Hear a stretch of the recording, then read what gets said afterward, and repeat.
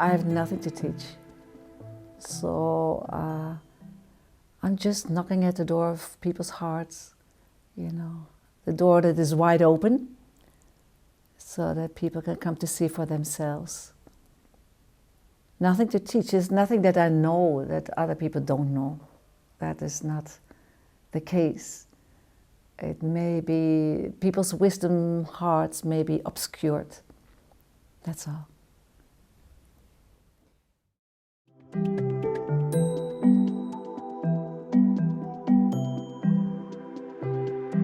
Yeah, well, it started out of suffering. You know, I felt as a child very lost and very in pain, very much in pain and very lonely. And already at secondary school, I was on my quest, and the tools that I had was psychology, philosophy, religion. So it was there that I was looking. But I didn't find anything significant. You know, I found ideas, but nothing really inspirational. And there were, at those times, you know, there were no living masters in the Netherlands. So I had to wait until my late 20s. And then the first master was here, starting to give satsang. And he was a disciple of Nisargadatta. So, and actually the first book that I read was I'm That from Nisargadatta. So, I was exhilarated, and I knew this is it, this is it, this is it. And nothing else in my life was interesting for me. So as soon as I met him, Alexander Smith was his name, I glued myself to him, and his whatever words fell from his mouth, I was absorbing it, absorbing it, absorbing it. And I stayed for more than 10 years with him. Then I spent some time with Punaji in India, a disciple of Ramana Maharshi. And then my inner journey came to completion with Shantimai. She is an American master, and her master is called Maharaji. He just passed away. And he lived on a very small ashram at the Ganges in India. So this was my journey. And it came to full stop when I was with Shantimai. And she asked me to sit on the Dharma chair, like my first master, Alexander Smith, also asked me. And I've known this all my life somehow. So this is what is happening for 12 years now. Yeah.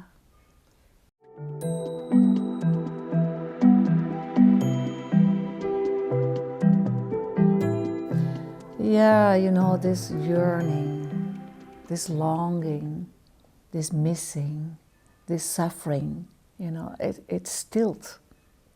It's stilled, never to come back. So my whole being, my quest, all of it, you know, it was completely stilled. It's stilled to an extent that for a long time I could hardly even speak. You know, everything was so rarefied that I lost the capacity to formulate, to find words, to find language. So I was quiet, I think for a year or so. And then this capacity came back. And eventually I started to offer satsang.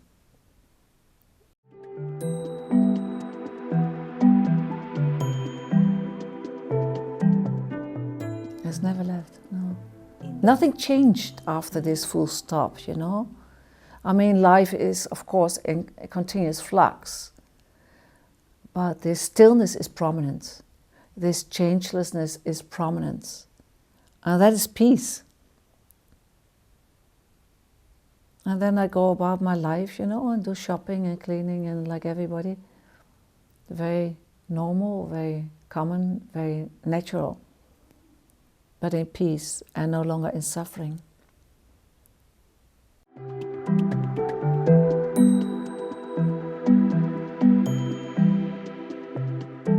Feelings, yes. Yeah, for sure.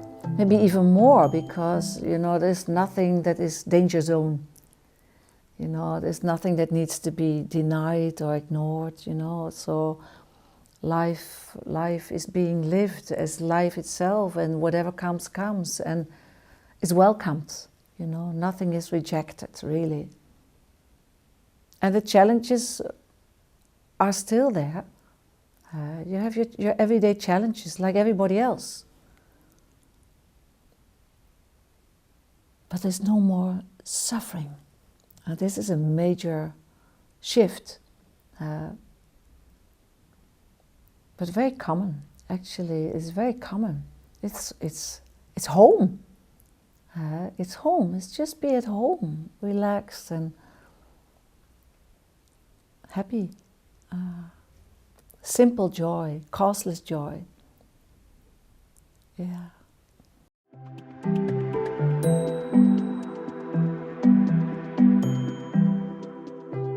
Sometimes, yeah, I can. Sometimes, you know, when I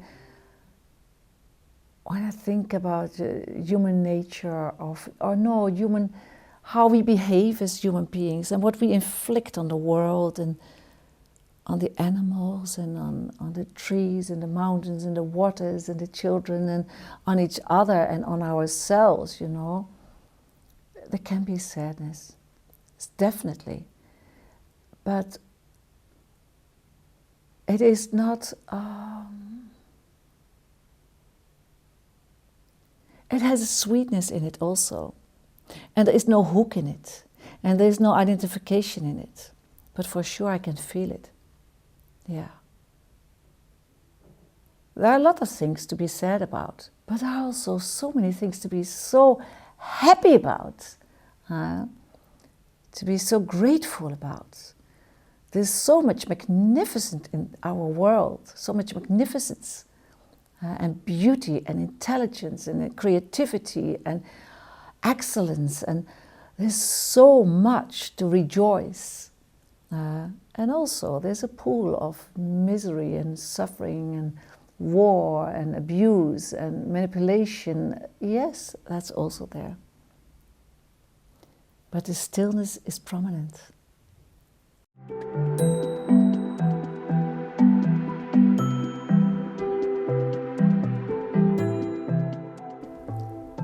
There are so many ways. I will give you one example. Like, you know, I attempt to remind them, meaning reheart them, with their wisdom heart, you know, that they recognize and acknowledge that what they are seeking for is their very selves, that they are really yearning for themselves, for love, for completion, that they already are and have always been. So I inspire them to just come to rest in themselves, rest in yourself, surrender to yourself, surrender to your wisdom heart made of love, and relax. Relax, so that this longing out there, sometimes maybe for me, maybe not, probably not in the future, this lofty liberation, you know, that's always out there at the horizon. I inspire them to bring it back here and to live from this place, to just rest in themselves, acknowledge it, and allow this revelation to overwhelm them.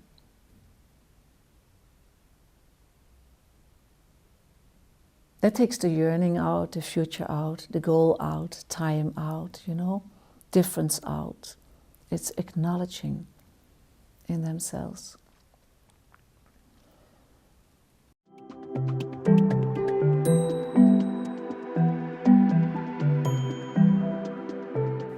Nothing can be done to achieve what you have always been. This, of course, is nonsense. You are what you have always been. You are what you're so intensely seeking for. You are. So, yeah, nothing can be done. And yet. I love the and yet also, you know. So this is the very essence. Nothing can be done. You are what you're looking for. Do you trust yourself? You know, do you really, really, really want to come eye to eye with truth? Are you willing to see?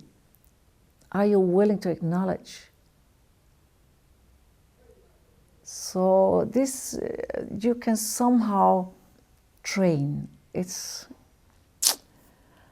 shaky ground, but you can somehow train it. Your intensity, your presence, your awareness. How aware are you, moment to moment? How willing are you? So in this, doing still somehow applies, but this comes to an end at some point. Because it's endless that I'm working on. It's endless. It can be beneficial for a while to make you very stable, very strong, very courageous, very confident in yourself. And this then at some point needs to be laid down.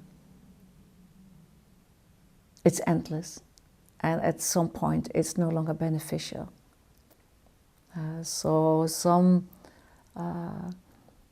training in for instance, self-confidence, trust, self-trust can be really helpful.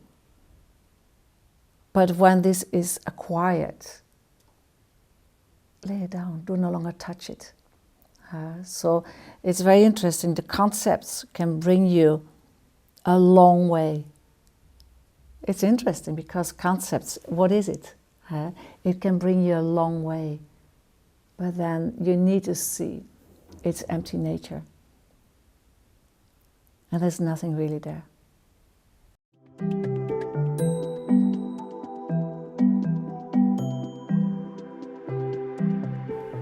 I see that everything is true seen from a particular perspective.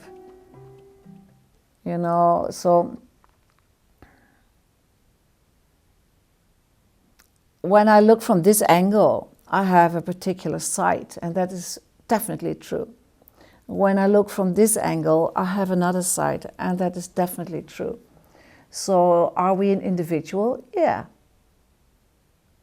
But to some extent. Seen from a bigger picture, of course not. Of course not. Well, what are we then? Oh, well, we can give it any name we want. And we have lofty names. Like self or higher self or God, or, you know, we have all kinds of names. But all these names, when we really go to the very essence of name and form, there's nothing there. There's nothing there. So all, again, a word like God or peace or self-realization, they can serve us for a long way. They can serve us because it is pulling at us to bring us inside. It's pulling. And then we need to see, oh my God, there's nothing there. And this nothing there is opening up to everything. Everything, all-inclusive, total, undividable, mysterious. We cannot really know what it is, this open secret. We cannot know, but we can live it.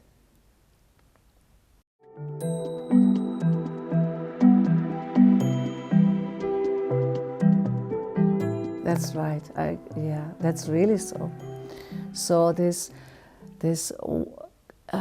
wonderful mind, you know, needs to lay itself to rest at some point. And this quality of discrimination that, like in Advaita Vedanta, is this quality that is honed. The quality of discrimination is beautiful, and it can bring you so far. But also that, eventually, you need to lay it down and be still and receive your very self.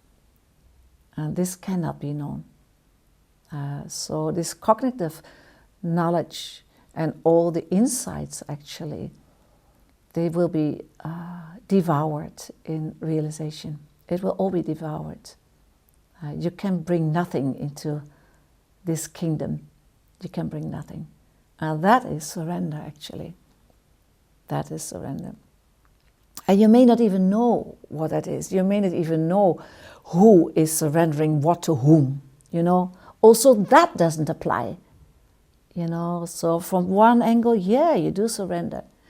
And when you have surrendered, you say, what are you talking about? You know, it doesn't exist. It doesn't exist. And I love that so much, that all these lofty concepts can warm you and inspire you and help you expand and all of that. And then when all of this is embodied, you see there's nothing there.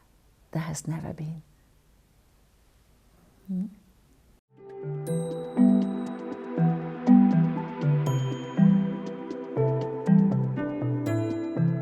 Well, I think that Advaita is not an inspiration to suppress. It's maybe an inspiration to not identify.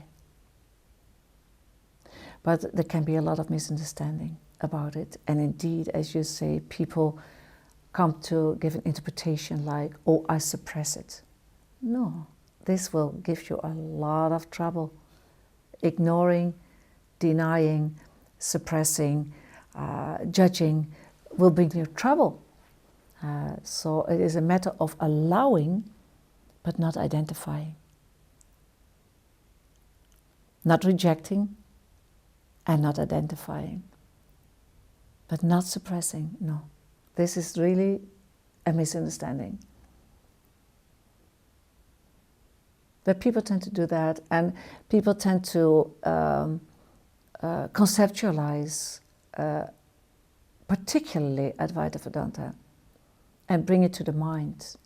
But the teachings, the non-teachings actually, need to transform you and not to help you stay aloof from life. A lot of people who feel attracted to Advaita Vedanta don't really want to live.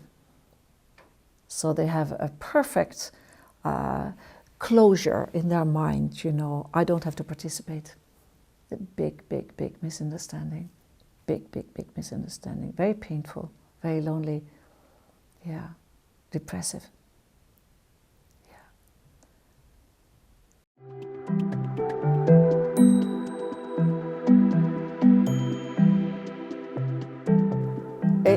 I'm not the body is a fact, but it doesn't mean that it needs to be denied. It's really a matter of identification. One of the definitions that Nisargadatta gave for liberation is not imagining to be identified with body, mind, or feelings. You know, that is one of his definitions. It's really a matter of identification, and that is inaccurate, and this needs to be seen, but it is not a matter of suppressing. It's really allowing everything that comes exactly as it is and allowing it to go, you know. Allow everything to come and allow everything to go, but find out, realize what it is, this mystery that remains, that knows no time, that knows no duration and knows no change. And what I see, your question is, do I see an evolution in this? What I see and what I rejoice in is the brilliance of youth. The brilliance, the lightheartedness, and the creativity of the younger generation. I'm thrilled by it. You know, I'm so happy, and my students become younger and younger and younger, and children come and they drink and they absorb, and you just have to tell once and they know. It's obvious. It's obvious. They live it. And it makes me very, very, very happy. And my expression is no longer only Advaita. It has become very simple. And I don't use spiritual concepts actually at all. I use very, very, very simple language, and it's good enough. Yeah, because I know the pitfalls, especially of Advaita. I've been trained in it so deeply. I know the pitfalls. I know it, you know, and especially these days, and people try to find shelter in their mind, bring it to their mind, and even insights, they become a memory rather than a living experience, and it's not liberating.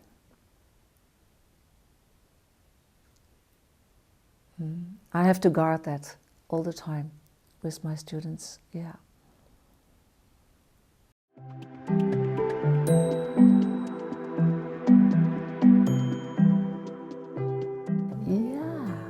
Yeah, I love it. You know, I've traveled a lot over the world, and I always love to meet wisdom keepers, you know, and reach out, you know, like, oh wow, wonderful what you are doing in your own unique way, your own unique tradition, your own unique language, you know, whether it is ceremonies or singing or dancing or whatever it is, you know. It doesn't matter whatever it is, as long as it brings people to their radiance, this neutral, impersonal radiance. I think so. I was just reflecting about it these days, that the way I was raised in my spiritual journey, it already feels old-fashioned. The non-teaching, of course, is timeless, but the setting already feels old-fashioned.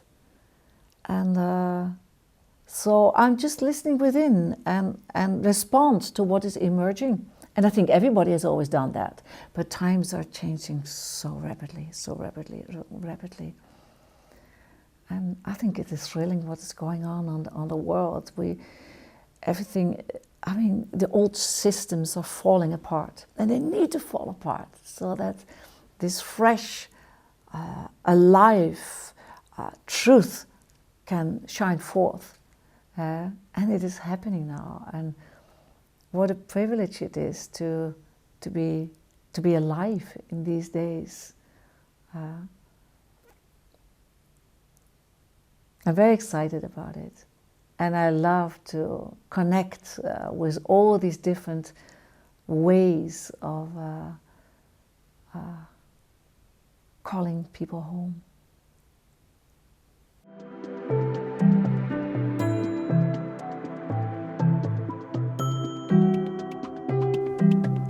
Well, I appreciate very much, and I want to express my gratitude for what you have done and are doing with Mauricio, because this is also something that was unheard of, I think, a couple of decades. It was not possible ago.